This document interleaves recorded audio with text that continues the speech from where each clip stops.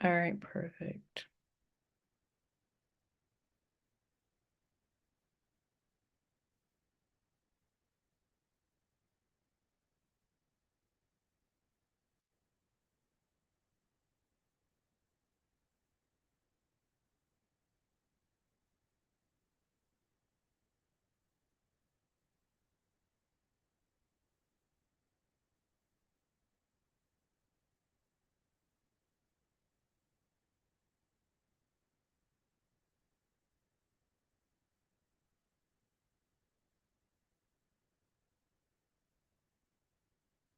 All right, guys, thank you for bearing with me. Let's get started. So we're about to do a board meeting. This is going to be our first board meeting for our business trust, and it's going to be for the purposes of opening up our bank account because we have already set up our business trust on Monday, or all three of our trusts. So we're actually going to do it for all three trusts, the business, the family trust, and the ministry trust, okay? And so now we're at the point where we've already set up our trust. We are getting it notarized, and the first thing we're going to do is open up our bank account. But we do need to have a board meeting regarding that, okay? So that's what we're going to do right now. So everyone should have their board meeting template opened up, and we're going to start diving right into this template. So everything that you see in red is what you're going to be filling out, okay? So the first thing that we see here is that these are the minutes of a specific trust. So we're just going to start with the business trust, okay, since that's what we've been working with all day. So go ahead and put the name of your business trust. So I'm going to go ahead and put the name of my business trust here, Christmas Holdings. And if once you're done, just turn it black. So now the second thing that we are going to fill out is the attendees. So you're going to list obviously the trustee, the secretaries, or any other officers that are part of the board of trustees, and beneficiaries. So I'm going to go ahead and list myself. I'm going to go ahead and list my trustee. And I'm going to go ahead and list another officer.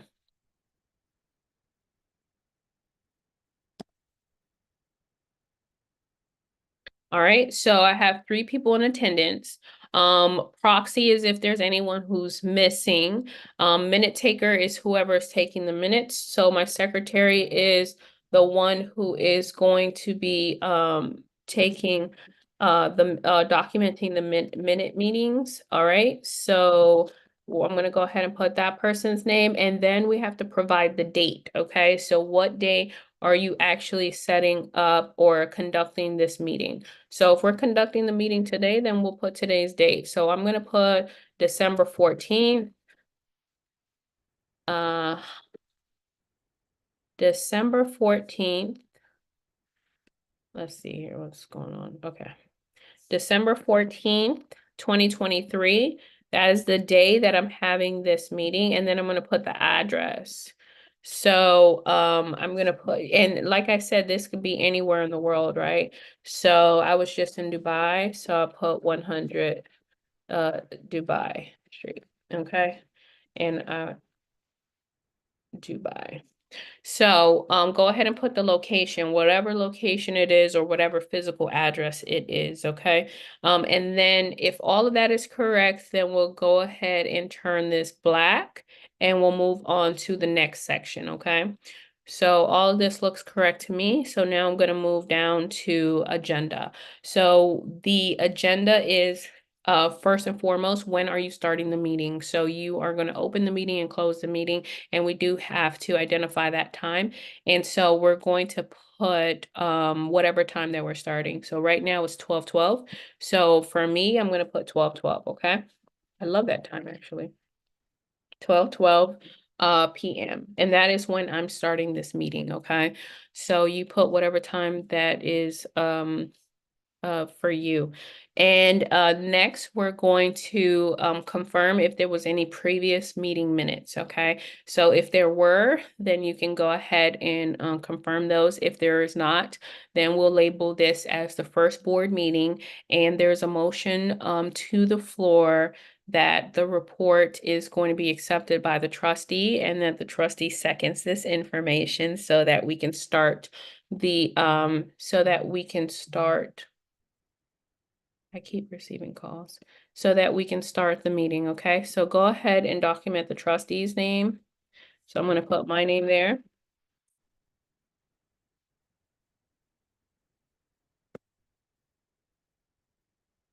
All right, and if all of that looks correct, then I'm going to turn all of this black and move on to the next section. All right, so now the next section is the defined business item. So what are we going to be discussing during this board meeting? Well, we're going to be discussing opening a bank account and the procedures for its operation, okay? So what type of bank account are we opening? What bank are we choosing? Who's going to be the authorized user? Who's going to be, dealing with the paperwork and things like that, okay? So that's what we're going to be documenting today. So now we're going to go straight into the meeting minutes, okay? So the first thing, number one, is that an account is going to be opened, okay? And that an account is going to be in the name of the trust, okay? So go ahead and put the name of the trust that we're talking about right now. So if you are doing your board meeting for your business trust, go ahead and put your business trust in there. So I'm going to go ahead and put the name of my business trust. So my business trust is Christmas Holdings. And I went put that in there to be opened with, and then we're going to put the name of the bank, okay? So if you know what bank that you're going to open up your business trust checking account with, go ahead and put that. If you don't, then you can leave a blank and then come back to this section later, okay? So for this particular account, I'm going to put Ally Bank, okay? So Ally Bank. With online services, and that any one of the trustees, the first trustees, is authorized to sign the necessary forms and documents, okay? So we're saying, hey, we're going to open up an account with Christmas Holdings. It's going to be with Ally Bank and their online services, and Christina Yvette, the first trustee, is authorized to sign the necessary forms for this document, okay? So that is what we're documenting on number one. And if everything is correct with number one, we're going to turn it black, and then we're going to move on to number two, okay? All right, so number two, we are saying that Ally Bank is instructed to honor all checks, all promissory notes, and any instruments drawn by and all bills accepted on behalf of the trust.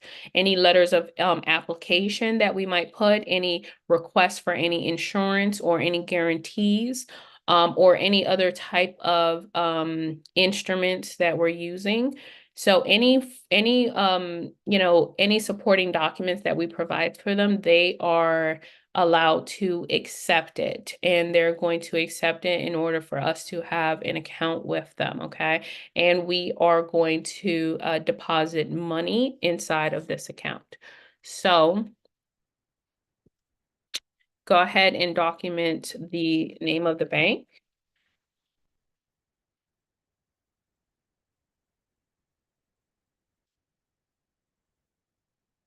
And if that is correct, then we're going to turn that black and we're going to move on to the next section.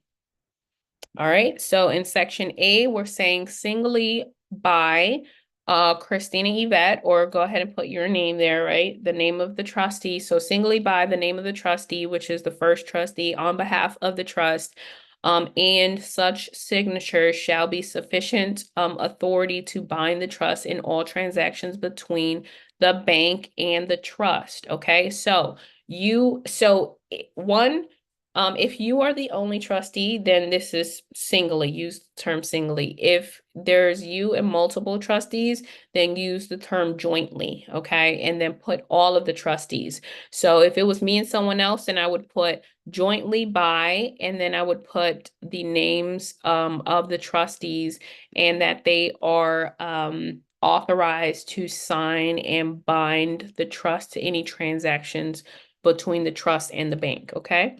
So if that is correct, then we're going to go ahead and document our name there, and we're going to go ahead and document the bank's name, okay? All right, so if that's correct, let's turn this black and move on to section 3.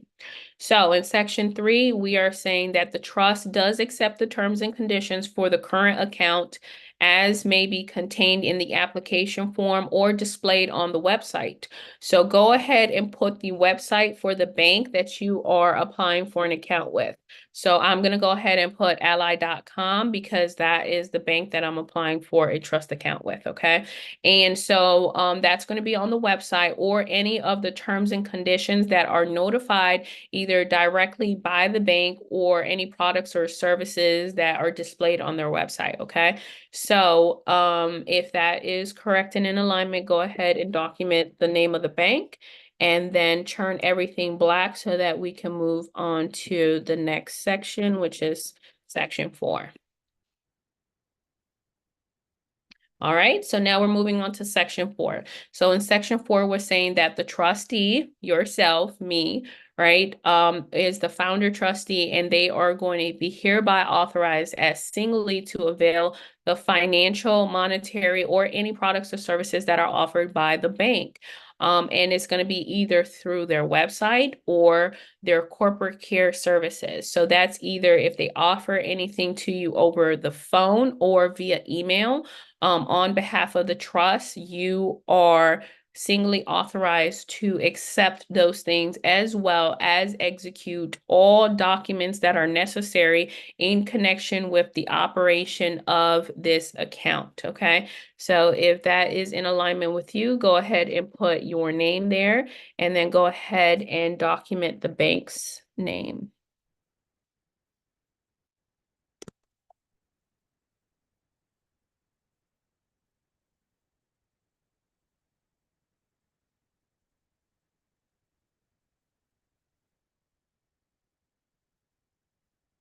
All right, so everything looks correct to me. I'm going to go ahead and turn this black, and now I'm going to move on to section 5.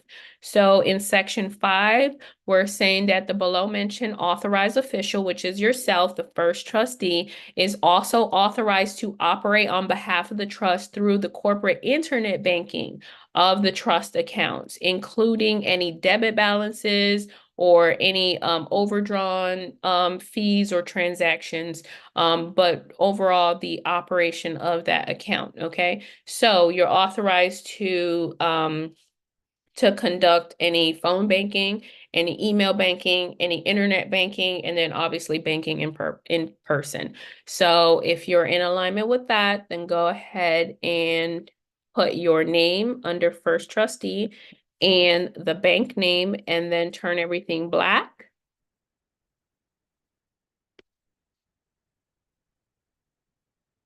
All right, and then we'll move on to section 6. So in section 6, we're saying that the above mentioned authorized official is hereby authorized to receive the login ID and passwords that are going to be sent directly from the bank for the purposes of entering into these transactions on the corporate internet banking system, and that you're authorized to accept on behalf of the trust any transactions that are going to occur on the corporate internet banking system. All right, so if you are in alignment with that, go ahead and document the name of the bank.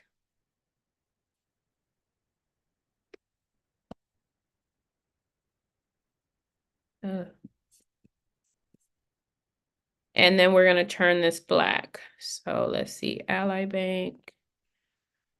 Ally Bank. All right, perfect. So next we are going to go to section 7. So in section 7, we're saying that the below mentioned authorized official, which is yourself, the first trustee, is hereby authorized to receive the login ID and password for entering into any transactions dealing with the phone banking mediums, okay? And that you're authorized to convey to the bank that you accept on behalf of the trust any transactions that occur through the phone banking medium, okay? So the previous one, you're doing internet online banking, and now this one, you're doing phone banking, okay? So we're going to go ahead and document the name of the bank, and then we're going to move on to section 8. All right, so now we're in section 8. In section 8, we're saying that the bank, so in my case, Ally Bank, is hereby authorized to accept all valid and legal instruments through the website or the corporate care services, which is either the phone banking channels or via email from any of the above signatories. So that means you, for the purposes of setting up the account and the operation of the account. And the trust does agree to hold Ally Bank or your bank harmless of any interest protected on the account, executing such instruments that are provided by the signatory. So, for example, you are going to provide your certificate of trust. You are going to hold harmless the bank if there's any errors or outdated information, or any discrepancies on the information that you provided on the certificate of trust for Ally Bank, okay? So you're not going to hold them responsible for the information that you gave them in the event that it's incorrect, okay? So go ahead and document the bank's name, and then we're going to move on to section 9. All right, so now we're in section 9. So in section 9, resolved further that the first trustee of the trust be and hereby authorized to furnish a copy of the resolution. This is the resolution. So we're having a board meeting. It's also known as a resolution. Okay, so this is the resolution, and it's saying that the authorized individual, which is yourself, is authorized to furnish a copy of the resolution certified as true to the bank. So sometimes, depending on the financial institution, you will find that they will ask you for your board meeting minutes. And this is your board meeting minutes, which is your resolution. It needs to be signed by the trustee, and you are able to provide a copy of it. You're authorized to do that, okay? And so a copy of it is obviously going to be held with the board of trustees, and then added to the records for the trust, and then you can provide a copy to the bank. That's only if they ask. Sometimes they do, sometimes they don't. It just depends on the bank that you're dealing with. Usually if you're dealing with a smaller credit union or something like that, then yeah, they will. All right, next we are in section 10. So in section 10, we're saying that the resolution is going to be communicated to the bank and remain in force until the notice in writing to withdraw or cancel to the bank. So what we're saying here is that everything that we've mentioned in the board meeting about us intentionally going and opening up an account with Ally Bank, we're going to communicate that to Ally Bank. We're actually going to go there and say, hey, we've documented that we want to open up a checking account with you, and we're ready to open up a checking account with you for the trust. Okay. And everything that we have documented here in the resolution is true, and we are going to carry it out. Right. Unless, and so we are giving the authority that we're going to open up in a bank, an account with Ally Bank. And then we can cancel that at any point in time by conducting a new board meeting. And in that new board meeting, we're going to document that we are not going to open up a bank account, or we closed the bank account with Ally, and now we're moving our bank to whatever, to Truist, to TD Bank, wherever, okay? So if you're in alignment with that, go ahead and document the bank name.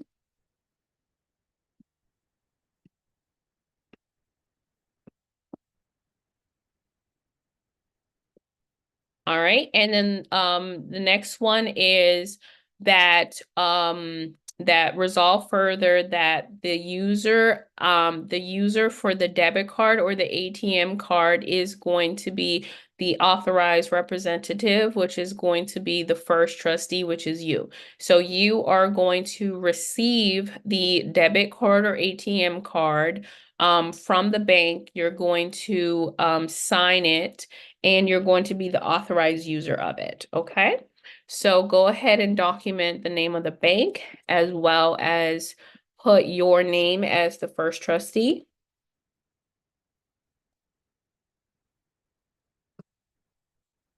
All right. And then turn that black, and then we'll move on to section 12.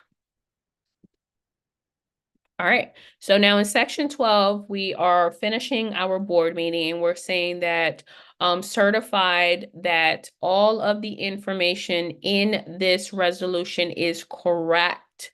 All right. And we're certifying that it was done on this day, December 14th, 2023, by the Board of Trustees of whatever specific trust. So go ahead and document the date and the name of the trust, okay?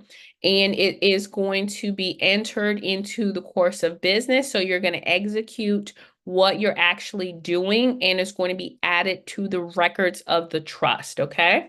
So go ahead and put your date, December 14th, 2023, and then the name of the trust, and then we will close this meeting, okay? So the name of the trust is Christmas Holdings. Perfect. All right. And lastly is that you as the trustee has seconded the information, which means that you have confirmed everything to be true, and that all are in favor of accepting this report do pass this unanimously. So everyone has agreed that these are going to be the official board meetings of the meeting that we have conducted today. So go ahead and put your name as the trustee. And then the last thing is us closing the meeting. So go ahead and put the time that you close. So my meeting started at 12:12, and let's just say that I ended at 1:12. I had a 1-hour meeting p.m. All right, so we are all done. So if everything is correct, then you can go ahead and turn it black. And let's take a look here. So this looks great. So this is the first board meeting for your trust. All right, and you need to do this for all three trusts. So what I'm going to do is I'm going to make a copy. So I'm going to go up here to Google Drive, and I'm going to select make a copy. And then I'm going to now go ahead and name it the name of my family trust, so that I can make one for my family trust. So Christmas Family Legacy is the name of my family trust. So I made a copy, and now there's 3 locations where I'm going to change the name of the trust so that I could make this the family trust board meeting. Okay. So up on the top here where it says minutes of Christmas Holdings, I'm going to delete Christmas Holdings, and I'm going to put Christmas Family Legacy, okay? So now the same people are in attendance. The same minute taker is in attendance. It's going to be the same date. It's going to be the same location. And I'm starting the meeting. Instead of me starting the meeting at 12:12, let's just say I started at 2:12, okay? So now I've started that meeting at 2:12. And all of this stuff here all of this stuff here is going to remain the same. The defined business items is also going to remain the same. And so now here under number 1, it has the holding company business trust name. I'm going to delete that, and I'm going to put the name of the family trust. So now that looks correct. And now I'm going to scroll down to the bottom. And here is also the name of the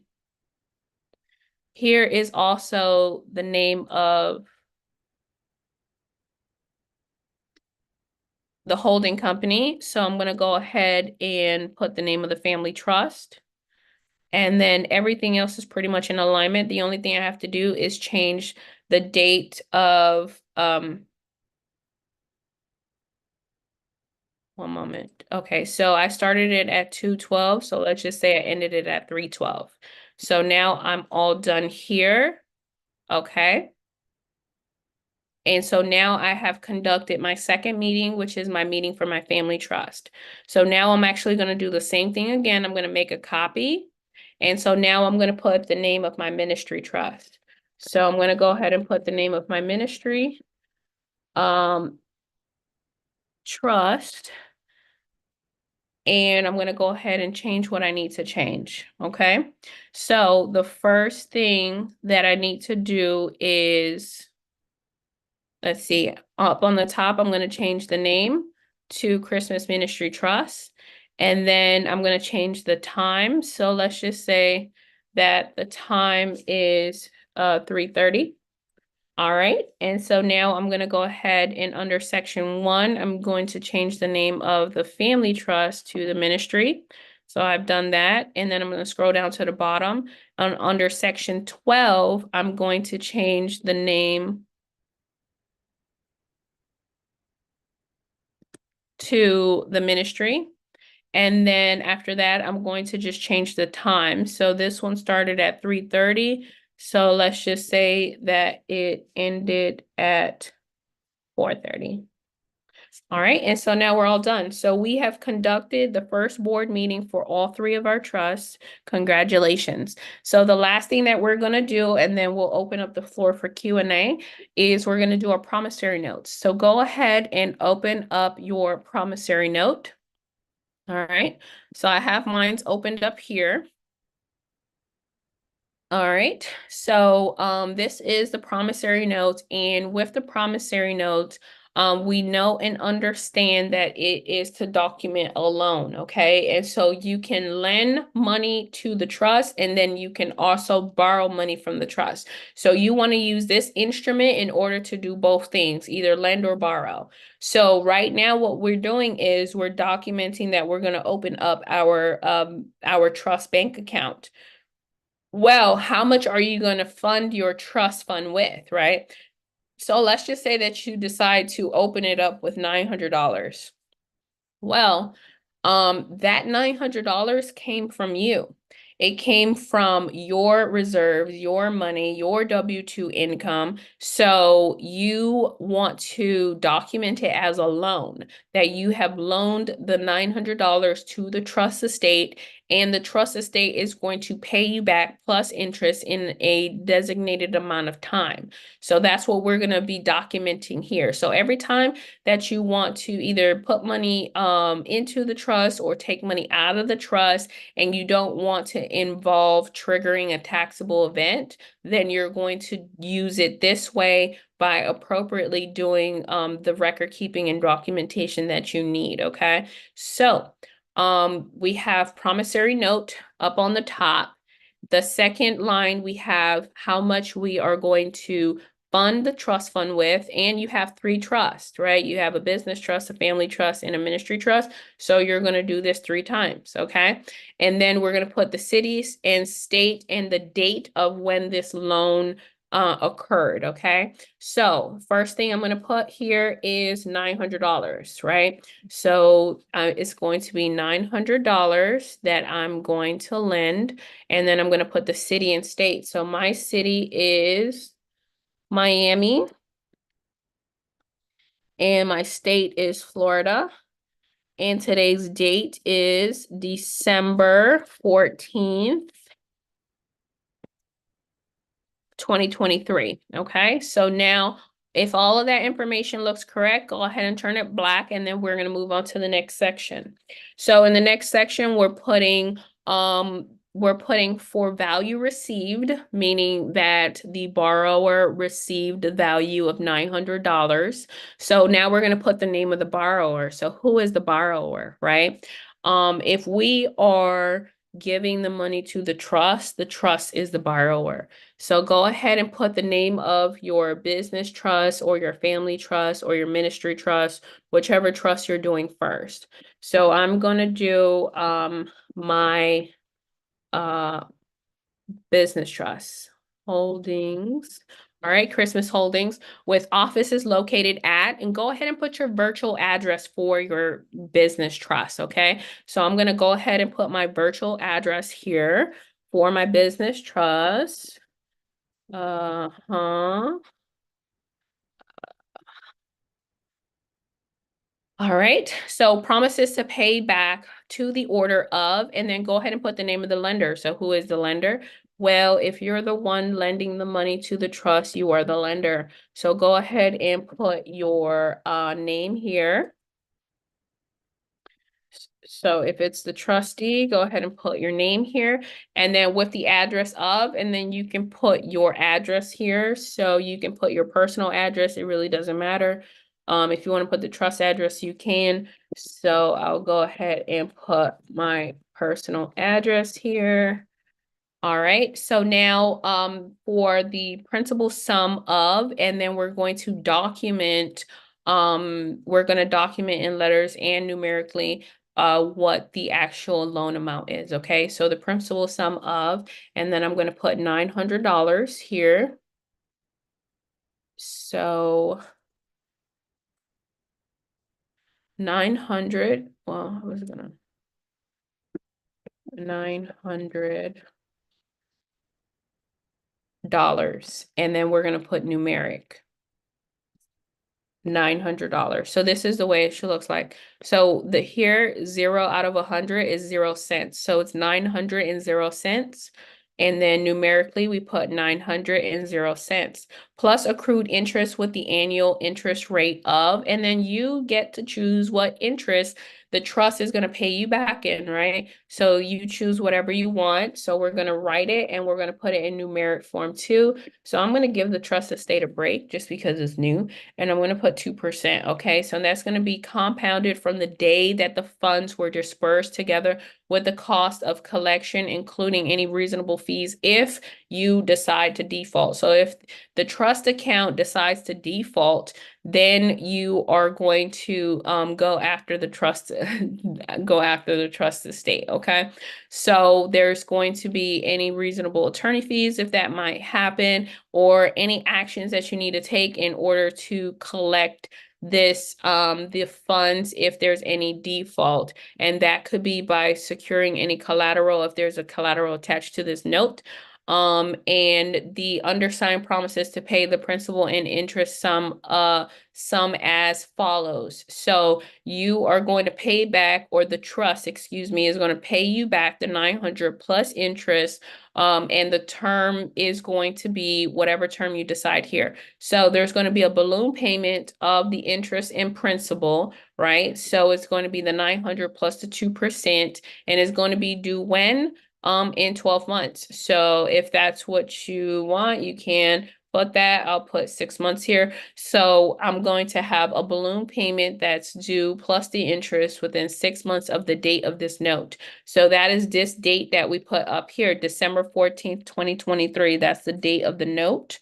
All right. And then lastly, the privilege of paying this whole or in part obligation is going to be due at the maturity date. And if the payment owed shall not be paid on the day that it's due, then you have a 30-day extension, but the interest rate is going to be 16% per annum. And it's going to be due in monthly installments until paid in full. So that is the consequence for not paying this note on time. All right. And so then it's going to be dated here. And then we're going to put the name of the borrower. And then we're going to put the name of the, so we'll go ahead and put the name of the trust.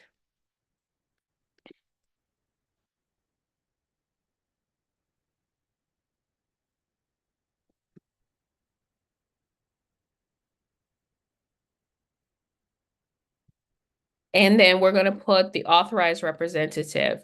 So the authorized representative is going to be you. And then you can also put you could also add the name of the trust on there as well. But that is it. So you are the authorized representative.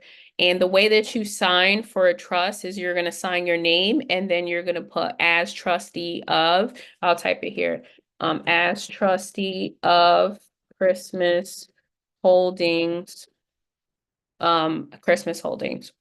So that is how you want to sign, okay? So we are all done. So you're going to do this for the other two trusts that you have and just make it make it in alignment with however much you're going to fund those trust funds with, okay? So we're all done and our promissory note is completed and we just have to print it and sign and add it to our records, okay, for our trust. So now what I'm going to do is I am going to open up the floor for questions. We do have 15 minutes for Q&A. So go ahead and raise your hand and I'll also check in the chat to see what questions that you guys might have from today's session. Okay, so today we went through actually today we went through applying for our business trust EIN. And then after that, we went through how to establish trust corporate credit. And then we actually applied for our DUNS number with Dun & Bradstreet so that we can get that 9-digit number in order to start applying for the net 30 accounts with the vendors in order for us to establish at least 10 trade lines to be able to set up our paydex score so that we can start building business credit with our business trust and being able to leverage that credit so that we can put that credit into assets. And we'll be talking about assets tomorrow, which is like my favorite topic when we're talking about trust. But we did that, and then after that, we set up our board meetings. So we had 3 board meetings for all 3 of our trusts that we established this week. And then lastly, we just did our promissory notes to document how much loan we're going to give the trust in order to fund the trust fund. Everything is documentation, documentation, documentation. I cannot stress how important it is for you to do board meetings. So you want to use the templates that we provide in order for you to consistently be documenting what you're doing for your entity, for your trust estate, okay? Because the trust can't operate itself. It needs an individual, which is you, and you do have to have proper documentation in order to efficiently and effectively operate your trust the right way, okay? So we did that, and the promissory notes are a part of that documentation and record keeping. So we have done a lot today, guys. So I'm going to open up the floor for questions. The first person I have here is Brian. Hi, Brian. How are you? Good about yourself. Wonderful, splendid.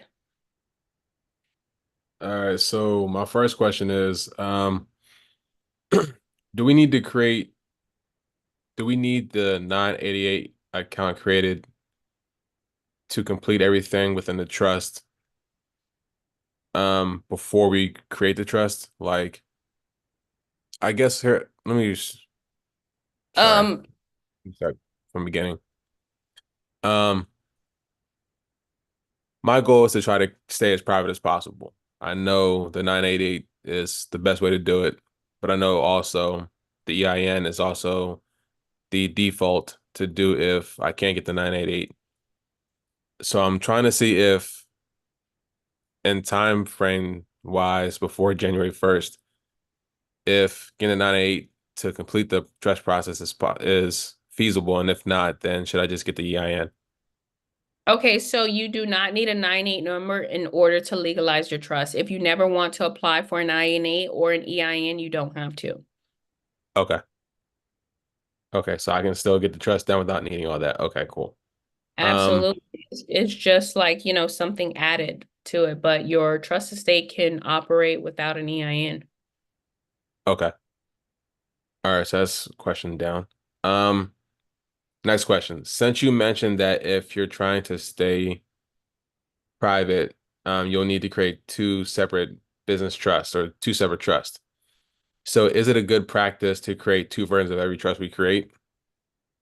If you need it. So, I mean, not really. Like, do you need 2 family trusts? Do you need 2 ministry trusts? So not really. I wouldn't say that. So if you are going to do one for the public, one for the private, then yes. But specifically for the business trust, I would definitely tell you to create at least two. So once you've created one, just replicate it and name it something different. And now you have two separate business entities, and one you can use it for the strategy that we are talking about right now. And then the other one, you can use it as your holding company, or you can use it to conduct another business, or, just remain private with that type of entity. Okay. So yeah, Um, everyone's strategy is different. So it just depends on you. okay. And then I missed Monday because I guess I wasn't added to the list of occupancy for the training. So I'm not sure about the whole business trust and how that works just yet because I haven't gone through the video. Okay. But um I'm not sure if how this works. Is I know I asked you before, can a holding company be an LLC or a trust? I didn't know a holding company could be a trust, or I thought it had to be an LLC or S corp. No, it could be a trust. So Okay. that's what we're doing. We are setting up our business trust as a holding company. Or so let's just say that you wanted to open up an LLC and you wanted to do like an Amazon store or like a boutique or something like that. Instead of you having to go that route of going through the state and establishing a statutory entity, which is the LLC, to open up a boutique or online store, you can just skip all of that stuff and set up your business trust, your unincorporated business trust, and start operating your business. So that's Mm, one way you can do it, and that's going to be an operational entity. The other way you can do it, because the business trust, once you go through that process of going through the recording, you'll learn that the business trust is designed to manage other entities.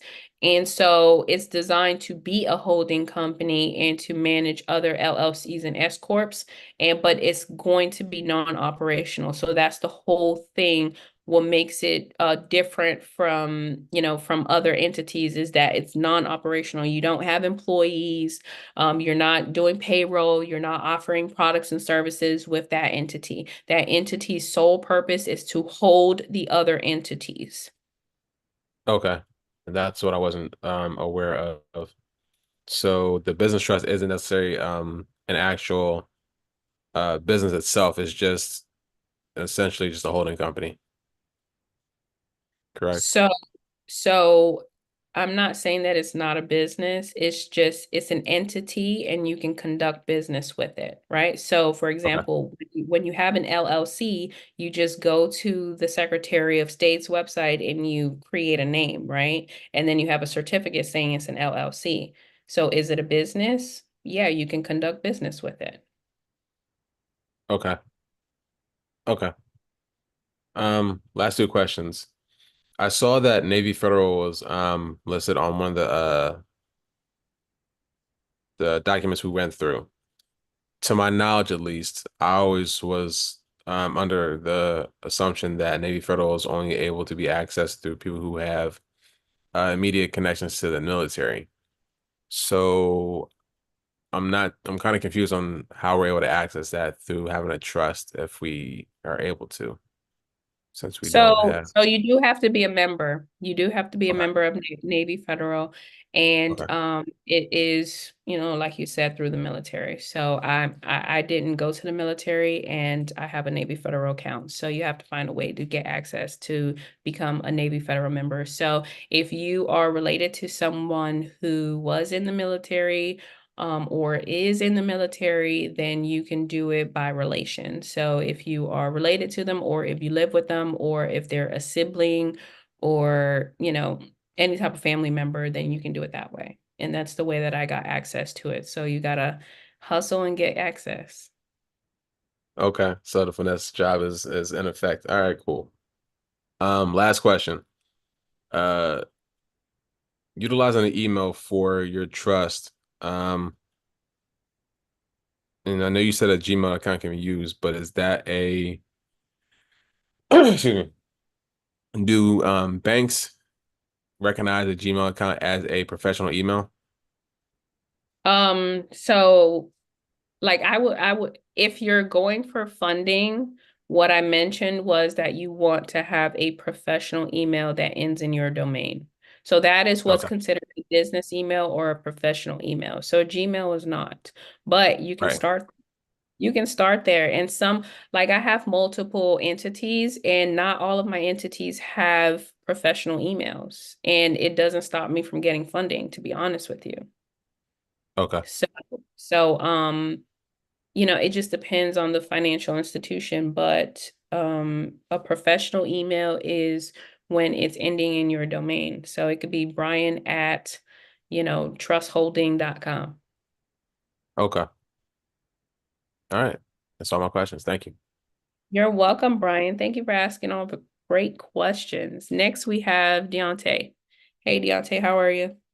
My voice is like all chapped up. Doing I need to good. stop talking. No problem. Yeah, I'm chapped up Um, over it. you want to get some water? You good? No, no, it's Um, it's too, it's too late. Like I gotta roll into the next you thing. here? So let's get this Yeah. Q&A. We got All 7 more right. minutes for Q&A, guys. I'm gonna rush through this for the DMB. I heard you mention, if you have one with a previous business before, is that DMB tied to your name then? Is that how that works? Or do you have to get one for each entity or not? Well, trust or Yeah, whatever you. so okay, that's a good question. So you need a DUNS number per entity. Okay, So cool. you can have one account though. So you can have one account. So if you already have like a login and password, then all you have to Yeah. do is just go log in, and then up on the top it's gonna say add company, and then you go ahead and add your new entity. Okay. And so it's okay to have a Gmail for like setting up your Duns and Bs, your Duns and Brads or your Nav accounts, right? Just because if you know, don't pay for your domain name, all your information's gone and stuff like that. So you can have it in one spot, correct? Yeah. Okay. Yeah, foundationally, and you could always update later. So everything can Yeah, be changed and updated. Yes.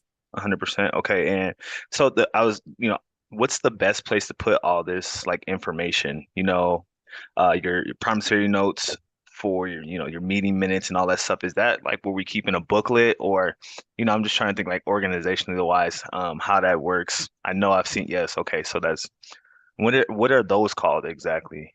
I So this forget is the name. this is this is a binder. Binder, This is a business legal binder. binder. Yes, this Okay. is a legal binder for your estate, and this is where you're going to have all of your records. Okay, so For each yesterday company. I yeah, for each entity. So Yes. yesterday I mentioned how you want to organize it, and I will reiterate that now really quickly. So the first section, so it's just like think of high school, right? You got a Hmm. binder and then you got dividers. The first section is going to have your trust indenture. The second one is going to have your board meeting. So every time you have a board meeting, you print it out, sign it, and you add it to the trust, okay? Hmm. And then you also want to have an electronic version because we got fires, Yep. tornadoes, tsunamis. There's a volcano here. There's all kind of stuff like so you just Yeah. never know. Okay. So then the next section after that is you're going to have your assets. So whatever assets you're putting inside of the trust, if it's a deed, if it's a bill of sale, if it's a whatever other assets you have, you're going to Right. put it there. Okay. Then the next section is going to be your financials. So, for example, that promissory note, that's a part of your financials. If you Hmm. have any obligations with your assets, meaning you got utility bills, you got taxes, you got all this stuff, you put it there. And then the last section is, whatever else that's miscellaneous. Okay. Perfect. And then say, your regular business trust is, a holding company and you open another business one to get funding with, how in your structure, if you're going like top down, say that other one you got funding for, and if say I partner with my sister on a business, like how does that, do we open up another business trust like just how you would with like if we both had holding companies going into business on a operating company? Yeah, Does that like make if you sense? Yeah, it does. Yeah. So if you want to like JV with somebody, and you want your trust to own your 50% and that person's trust to own Right. their 50%, you would design it that way. Yes. Okay. And then And you can do that on property. You can do that on Yeah. a lot of, yes. And so you both can put your funding together to kind of put it in different vehicles in that sense. Mm-hmm. Okay. And then when you for the promissory notes, like the initial funding for the bank accounts, right? Um, Obviously every bank's different, right? And some require different amounts and stuff like that. I know you put 900. Does it have to be that? Like, I'm talking No, about it could like, be it could be anything you want. So for example, I know of a credit union that their minimum to open up a trust account is $5. right, I opened up my trust account with Truist is $100. So right. whatever you decide. That's So what you like, put on the promissory note though, correct? yeah, you put Oh, whatever. So literally my trust account, I opened it with $100. I'm like, how much you need? 100? yeah. Okay, I'll put 100. Okay. Even though I And could have put 100,000, I put 100. mhm. Yeah. Okay. And then when the banks ask for your record, you would show them basically those pieces of information from the book that we were just talking about. I know there's some banks would require it in person depending on, I guess, how does that work for online banks? They just email it over to them So type of thing. yeah. So you're going to do you're just gonna upload it. And it could be either through their portal or email, but you are not going to show anybody your trust. So whatever supporting documents they need, which they will ask for, you're gonna give them the certificate of trust. Gotcha. You can give them the signature page that is notarized, right? So the Hmm. last page of the trust that has the grantor and the trustee's signature plus the notarization and stamp, you can provide them with that, right? So you're not going to show them all 50 pages. You're just going to show Hmm. them one of the 50. And then you can provide them with EIN letter or whatever, whatever they need.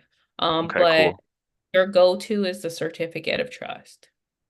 Cool. My last question is been behind on this, but me and my sister are both open a business trust, and so I talked to you about the grantor part, but can we both be trustees, like co-trustees on each other's accounts, even though we open up multiple different business trusts? So these are separate entities. Correct. Well, what if those trusts do business with each other? I guess that's my main point. So say if I'm her trustee, her co-trustee, and we go into real estate together on on a play, um, There's is no that a there's no conflict of interest? restriction. So, No, it's okay. not. So the conflict of interest only lies with the beneficiaries, sometimes depending on the situation, and with the grantor, but not with the trustee. If you're the trustee of this one, she's the trustee of that one, and then you guys have a joint one, and then you're working all together, that's fine. Hmm. Okay, last question. And if you close an account or anything like that, I know on the promissory on the meeting minutes, I know that was a lot of lingo in there. Do you have to have all that lingo in there as well, or is it just based on what you're talking about that in that It's just meeting? so your meeting minutes is only going to represent what you are wanting to document. So today we were wanting to document one is that we're going to actually open up a bank account, which is an asset, right? Because we're Hmm. going to put cash money in there. That cash money is an asset to the trust estate. All right. So Gotcha. whenever you're dealing with anything dealing with an asset, you want to document it. And then we documented the operation of that because that is not inside of our trust. So Hmm. we are adding supporting information to our trust because now this is going to be a part of the official records of our trust. That's why all that verbiage was there. So we're documenting, hey, I'm opening up a bank account, and hey, this is how I'm going to operate it. So Gotcha. if you're going to go buy a house, then you're going to go ahead and document that you are buying a house and that it's going to be this address and that it's going to be for the purpose of this and that it's going to be with this title company and that you, the trustee, are the authorized signer that's going to Okay. present yourself at the closing table. Thank you. You're welcome, Deontay. All right. So let's move on to Gustavo. Gustavo, ¿cómo estás? Muy bien, ¿y usted? Estoy bien, gracias. Okay, following the conversation that we were having with Deontay, Yes, Deontay. Yes. if I move a house or crypto, do I have to still do a promissory note or I have to do a donation? So How the do- promissory note is only for loans. It's not for liquidating or moving assets. So if you're Okay. liquidating assets, moving assets, purchasing assets, that has nothing to do with a promissory note. That is going to be documented in the board meeting. Okay. So it's different. Tomorrow we see that stuff transferring. The transfer, yes. Oh, Okay, Gustavo great. knows. So I need to, I don't know if we're gonna go through this, but since the business trust and the family trust are irrevocable, we all have to be done in the same way that we did today. What do you mean? In terms of the EIN. Oh, the application process, yes, you are Okay. 1000% correct. And we're gonna Okay. do it together tomorrow. We're gonna do the application for the EIN for the family trust tomorrow. And it's Okay. identical to what we did today for the business trust because they're both irrevocable trusts. Yes. Perfect. So, related to the net 30 credits topic, do we have to consume from these companies in order, when we apply, we have to start consuming through the trust on these companies in order to get the credits, or just by Yes. having? So some of them are like that. So some of them you have to actually purchase from the company first. So let's just say Uline, for example, you have to make a purchase like $50, $100, whatever their minimum is. And then from there, they will then issue you a net 30. So some companies will issue you a net 30 and then you make the purchase, and you have to make the purchase in order for them to report. If you don't purchase from the company, they're not going to report to the bureau for you, okay? And then what else was I gonna say? I forgot already. So Consuming. I guess that the limit, the tier one, is based, you organize the tier one based on the amount of money that we have to consume in order to be on that tier, right? Right. So tier one is usually entry level. Tier two, sometimes they require a PG, or sometimes they require a higher like investment in order for you to get that trade line. Tier three is where you don't have you're not dealing with vendors anymore. You're dealing with big credit card companies. So what is the PG? PG? I Personal guarantee. That's when you put up your personal information as a co-signer for your business. So Okay. you will then now put your social and everything like that. And so some of these companies will then put it on your personal business, I mean your personal credit, and some won't, but it'll still reflect as an increase. So they're still going to pull your credit, but it might just show up as an inquiry, or some of them are daring enough to actually put it on your personal credit. They want it to be on both credit profiles. So you have to be strategic when you are applying for all these accounts, because you don't want 10 credit inquiries on your personal credit. It's going to lower your score. Anything over like 2 to 3 inquiries is going to drop your score. Okay, so I have two Yeah, more. so sometimes it's better to put a security deposit. That's what I did. So for some of these companies that require a security deposit, in order for me to get the account, I just did the security deposit because I didn't want them to do an inquiry. Okay, good. Two more. Can you tell us what is the advantage of having the 98 number versus the EIN? Because it's not clear to me. Yeah, that's true. So the difference is when we applied for the EIN today, we had to put ourselves as the trustee. So now you're notifying the IRS, I am the trustee of this trust.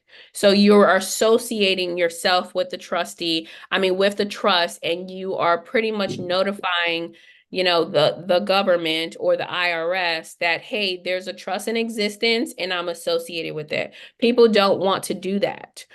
So there's another way, which is getting the 98 number. The 98 number is where you are identifying your business as a foreign entity. So you're saying, hey, this business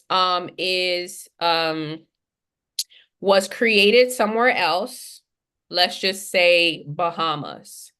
And now I'm coming to the United States and I'm going to do business here in the United States. And I need a 98 number in order to, to facilitate me doing business here.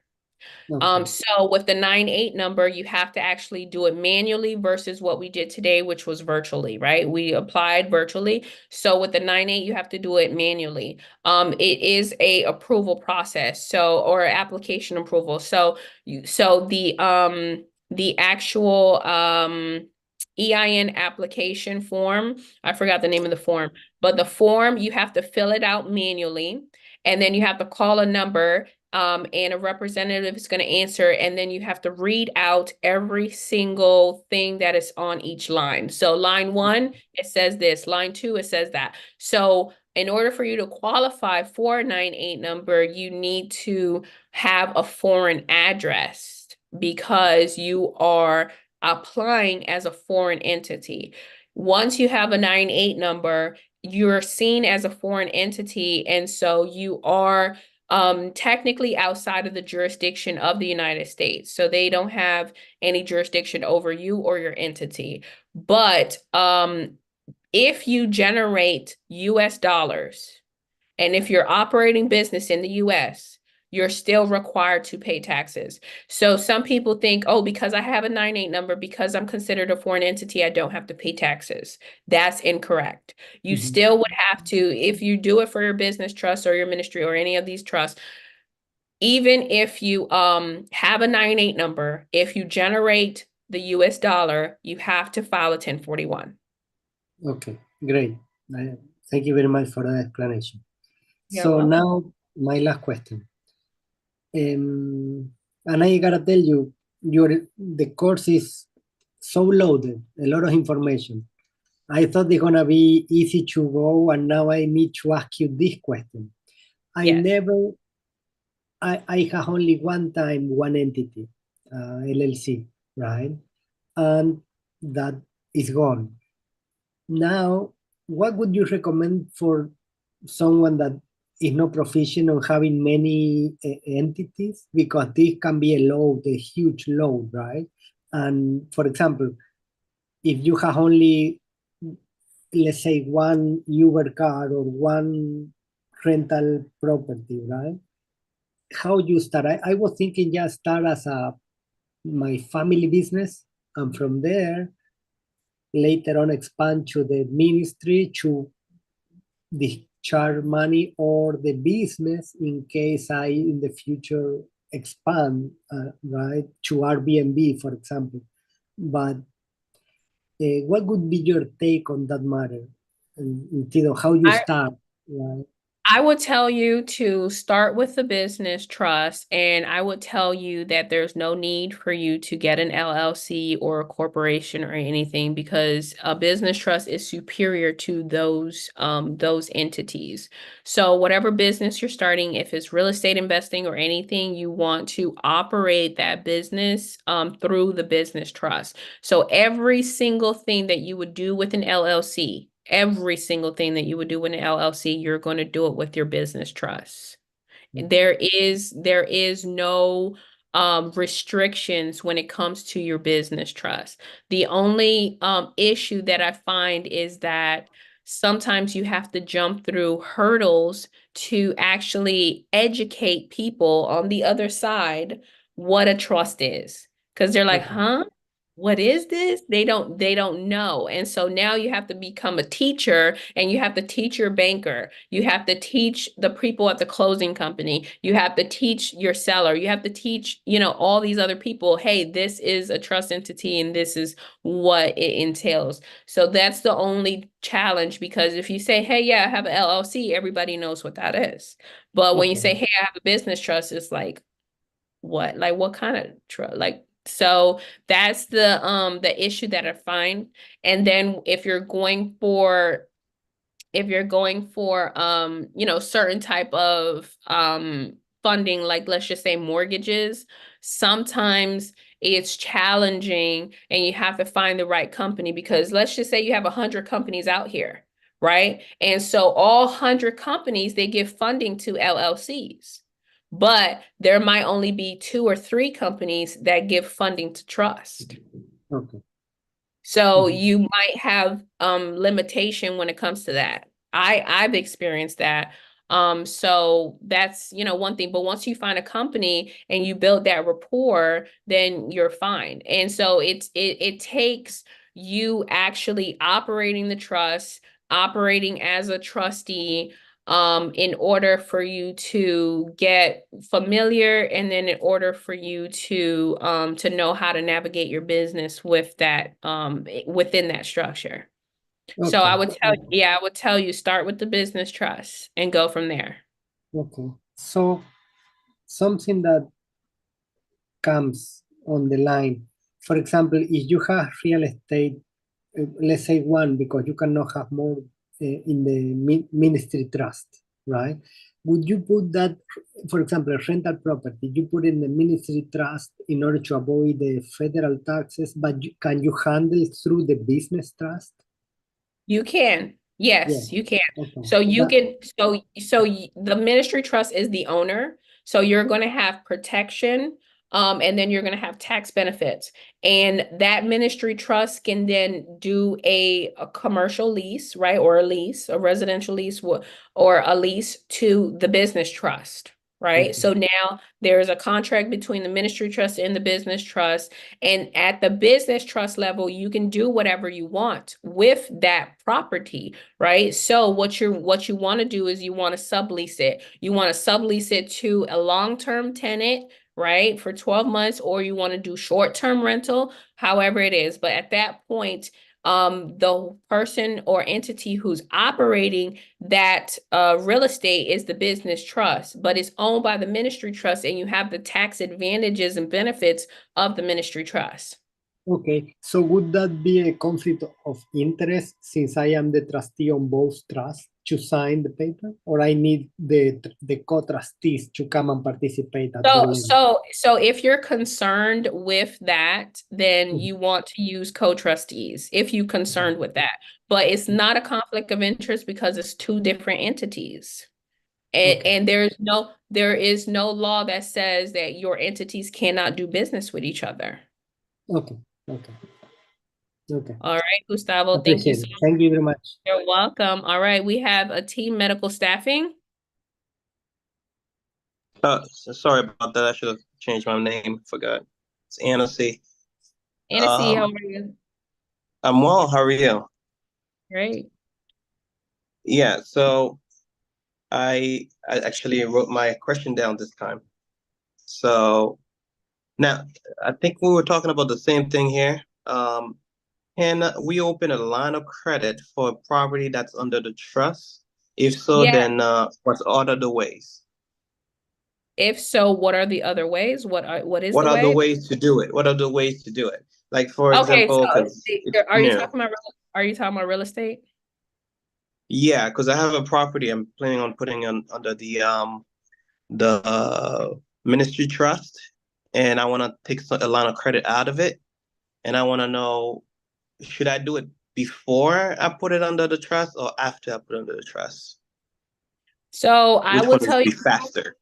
I would tell you to do it before. So Before. can you get a home equity line of credit with a trust? Yes. Like I just told Gustavo, is there going to be some challenges? Yes, you're gonna have to find certain banks in order to be able to do it. The bank that I know is First Citizens. They do HELOCs for properties for real estate. Okay, so you can go straight to them if you have them in your local area.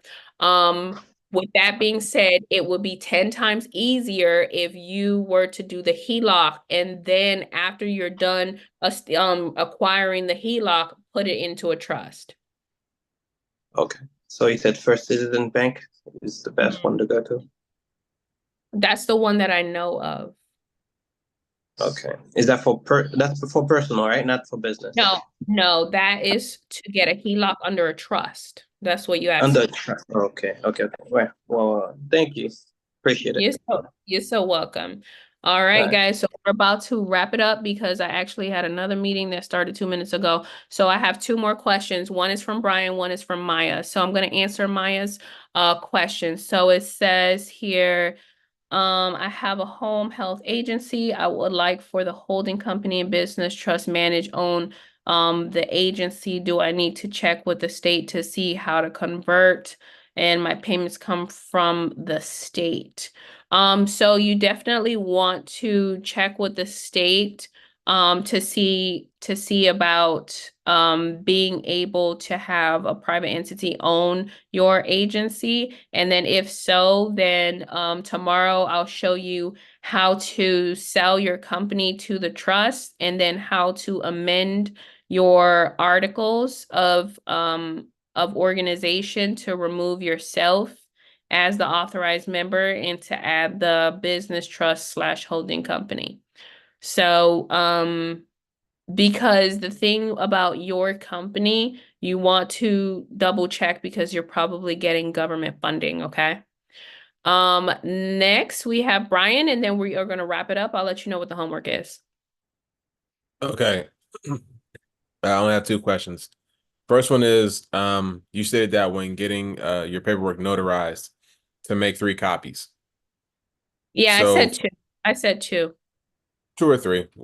Um, my question is that does each copy need to be notarized, or is it just notarize one and then make copies of that one? So, you want two original copies. Okay. That answers that. And then last question is, I know you said that you have an entity that is under your name, correct? Like that has your like legal name. So like I said that I have. Are you talking about a sole proprietor? Is that what you're talking about? um it might have been a sole proprietor, but I think that basically the entity that you have created that has your name is supposed to act as a bearer for you operating in other business. Now, Correct. is that an LLC or is that a trust entity? No, it's a sole proprietor. So, were you here earlier at the beginning of the call when we applied for an EIN? Depends on which day. Okay, no, I'm talking about today. So hold on one second. Oh, I'm just gonna go through it real quick. Let me see. Okay, so, oh, geez. Where is this EIN? I can't see because this thing is in the way. It's so annoying. IRS.gov. Okay, so we're going to apply for an EIN. So you're going to apply for an EIN. An EIN is identical to a social security number, okay? right. So they're both 9-digit numbers and people are not going to know the difference.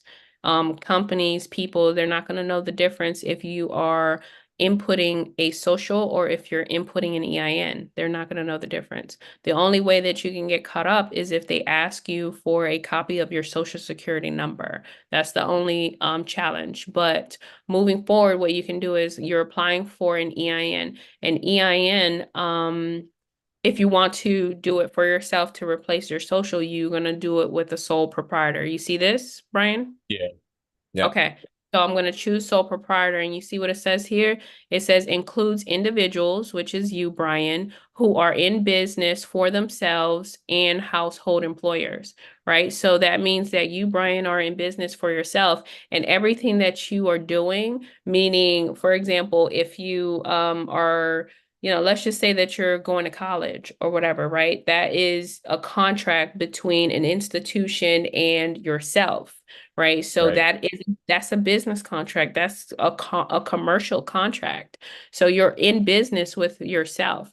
So a sole proprietorship is a business that has only one owner and is not incorporated. So you are not incorporated. You are not registered with any state. You are not an LLC, but you are a sole proprietor and you're dealing as, self-employed or independent.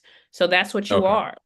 Yeah, so you're Okay. going to apply for an EIN that way, and then you are able to replace using your SSN. All right. Okay. So I think, let's see here. Do you have another Thank- question, bro?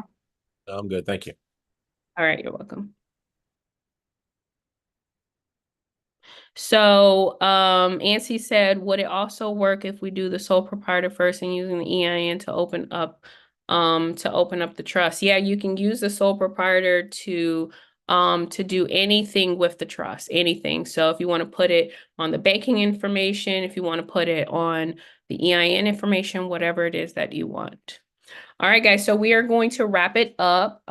So I do have homework for you guys. The homework is for you to head over to the Facebook group. I saw a couple of you guys introduce yourself. Amazing. Thank you. If you haven't been added to the Facebook group, go ahead and click the link that's inside of the email so that you can be added to the Facebook group. We want you inside of the community. So go ahead and post what bank that you guys are choosing in order to open up your 3 trust bank accounts, right? So we want to know so that we can hold you accountable, okay? So you guys are at the point where you have finalized your trust, you can get it notarized, and then the first thing after getting it notarized is you want to open up that bank account. So who are you going to choose in order to open up those trust accounts, okay?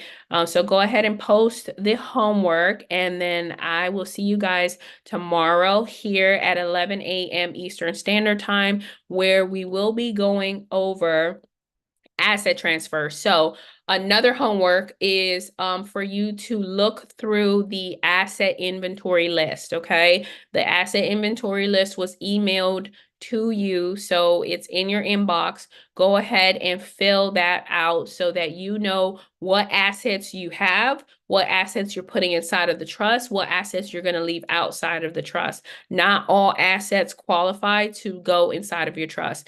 If you have lien holders, they won't allow you to. So it just depends on your assets. But go ahead and fill out that asset inventory list because we are going to be using it tomorrow. Tomorrow we are going to be filling out or transferring assets, and those assets are going to be a house. So we're going to do quit claim deeds, a vehicle. So we're going to do bill of sales, a business, LLC or corporation. We're going to do business purchase agreements and amendments through the SOS, Secretary of State. And then after that, we are going to learn about infinite banking from one of my partners who has 17 years of experience. So I will see you guys here tomorrow at 11 a.m. You will receive the email from Aya an hour or two before our workshop. You guys have an amazing, wonderful day, and go ahead and take action. Get your trust notarized so that you can start, opening up your bank account this weekend, okay? I will see you tomorrow. Bye-bye.